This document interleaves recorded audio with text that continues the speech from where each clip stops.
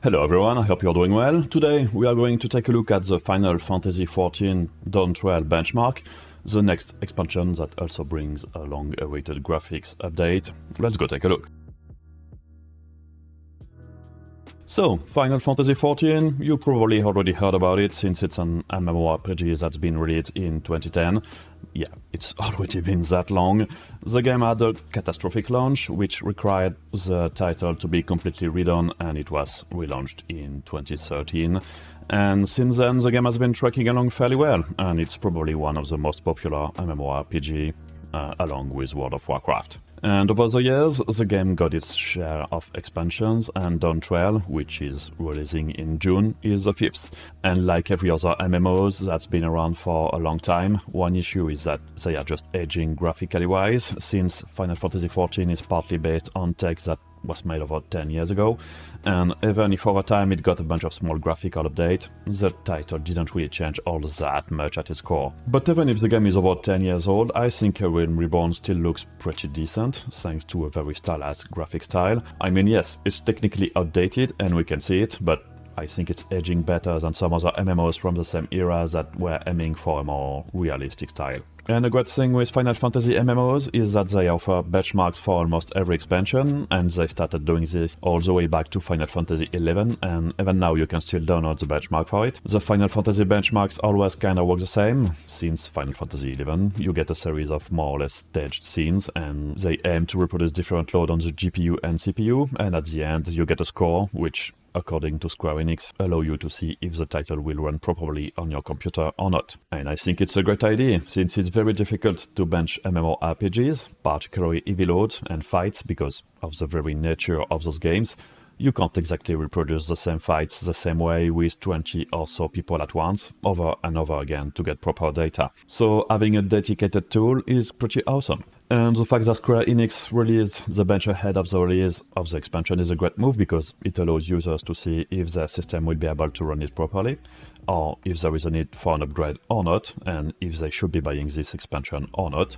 And I think it would be great if other big MMORPGs offered the same kind of tools. I'm looking at you, World of Warcraft. And regarding the graphics updates, several things were announced by Square Enix: better textures and shadows, improvements to materials quality, and a better general look of the game, while still keeping its art style. And at first glance, with the benchmark scenes, we can clearly see that the graphics are better than they used to be, and yes, textures clearly look higher quality.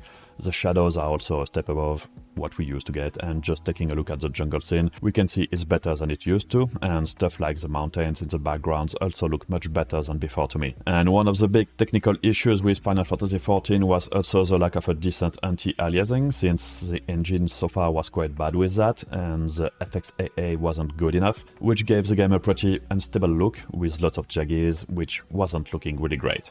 And one of the good news with this expansion is the arrival of TIA with DLSS and FSR. I know not everyone enjoys TIA, but it gives the game a much more stable image, and it's looking much better than the old FXAA. Integration of DLSS in the benchmark is quite lacking so far, because we only get DLAA but no upscaling options. I don't know if the upscaling part of DLSS will be added in the game at release, but right now DLSS is just a toggle on and off, and it's just DLAA. FSR, on the other hand, we get the same toggle, but we also have a slider to adjust rendering scale, similar to what we saw in Starfield. So you won't find the usual FSR presets like quality, performance, balance, and so on. You have to adjust the resolution scale yourself. With FSR, you also get an option for dynamic resolution, and you can choose to activate it all the time, or only when your frame rate dips below 30 or 60 FPS. So for now, we get fewer options with DLSS than FSR, and I hope that we will also find upscaling options for DLSS later on. There is no XCSS in the game, sadly, so far, but still, the good news is that we finally get decent anti-aliasing choice, and clearly DLAA and FSR are a step above what we used to have, and it will make the whole game look better overall. We also find new settings for ambient occlusion with GTAO along with HBAO+, that was already there previously, and GTAO should offer better quality. And we also find a new toggle for shadows with cast shadows, and I didn't really check what that does so far, but I am guessing it's better shadows for the sun and stuff like that maybe. So anyway, let's see how it all goes performance-wise. We have 27 graphics card today, And I think we also have 8 processors. All the platform stuff is described in the video description if you want to take a look at that. And I did the test with the iDesktop preset in 1080p, 1440p and 4K. So let's get to it. And we begin with 1080p. And as always with Final Fantasy XIV, we can see that there is a significant gap between average performance and the lows. And here we seem to be hitting the CPU limit for the 1%, which is quite common for MMORPGs. Interesting to see that overall the NVIDIA cards seem more comfortable with the game than the AMD card, since the 4080 Super is a notch ahead of the 7900 XTX here, and the 4070 Ti Super is almost on par with the 7900 XT, which isn't all that common. We also see that the 4070 Super is a hair above the 7900 GRE with the 3090 Ti in between. We then find the 7800 XT, 4070 and 3080, which are, as usual, at about the same level of performance. The 7700 XT is a step behind, followed by the 2080 Ti, which still leads the 4060 Ti's. The 6700 XT and 3060 Ti battle is a win for the 6700 XT, followed by the 4060, 1080 Ti and RX 7600 that isn't doing all that great in this game. Intel cards are not particularly performing great either. It's playable but not amazing. We can clearly see that the 1% aren't as good as they are for Nvidia and AMD cards. We then find the 3060s, 6600 and 2060, which is doing alright here, and at the bottom of the chart, the GTX 1060 and Arc A380, and clearly the 1060 is much better here, with 70 FPS average, while the A380 doesn't hit 50. So at 1080p, no need for a beast of a computer, pretty much all cards are performing decently well. Small Nvidia advantage, most likely because Final Fantasy XIV is still a DX11 game and we know that the Nvidia drivers are often better with this API. 1440p now, well, we can see that most cards are dropping off, aside of the 4090 which maintains almost the same level than at 1080p. The duel between the 4080 Super and 7900 XTX is now in favor of the Radeon, just like for the 7900 XT, which now builds a small lead over the 4070 Ti Super. We also see that the 3090 Ti, which was roughly the same level as the 4070 Super at 1080p, is now ahead at 1440p. The 4070 Super 7900 GRE duel is still a win for the 4070 Super, and the 3080, 7800 XT and 4070 are still quite close to each other, even if the 4070 is losing ground here. On the other hand, we see that the 2080 Ti, which was behind the 7700 XT at 1080p, is now ahead, just like the 6700 XT is now ahead of the 4060s Ti's. Same thing further down the chart, the 1080 Ti is now above the 4060, and the RX 7600 is now behind the A750. So, seeing all this, we can assume that the game seems to absolutely love memory bandwidth, since most of the cards with a wider memory bus are performing really well here. And overall at 1440p, it's still very playable for most cards. We see that the RX 6600 is now the limit for 60 FPS average, the 1060 and A380 are clearly below that now. And at 4K, quite a few changes, and also a slap in the face for quite a lot of cards that are now below 60 FPS, so the game is clearly much heavier at 4K. The 4090 still easily leads all the other cards with a lead of over 35% over the 7900 XTX and 4080, which are still neck and neck. And in fourth place we see the 3090 Ti, which now finds itself above the 7900 XT and 4070 Ti Super, just like the 3080 now finds itself above the 7900 GRE and is now real close to the 4070 Super. So yes, once again, cards with a large memory bus clearly performs better here.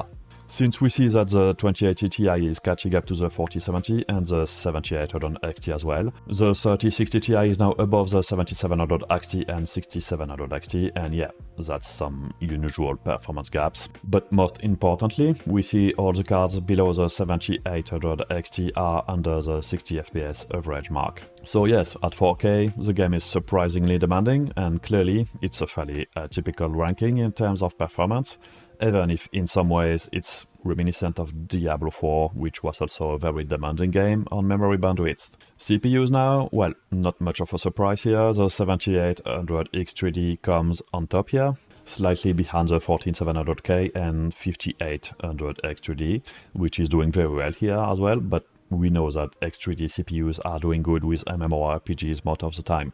which means that the Ryzen 7600 finds itself here behind the 5800 X2D and the 3600K, which are performing better, especially on the 1%. The i3 13100 is also doing quite well, just like the Ryzen 5600, and both are really close, with a slight advantage for the i3 on the 1%, while the 5600 is ahead on the average. And at the bottom of the chart here, we find the Ryzen 3600, which managed to maintain 60 FPS on the 1%, but clearly it's starting to show its age here, since we are almost 2 times slower than the 7800 X2D on the 1%, but still, it will most likely play the game just fine for the most part.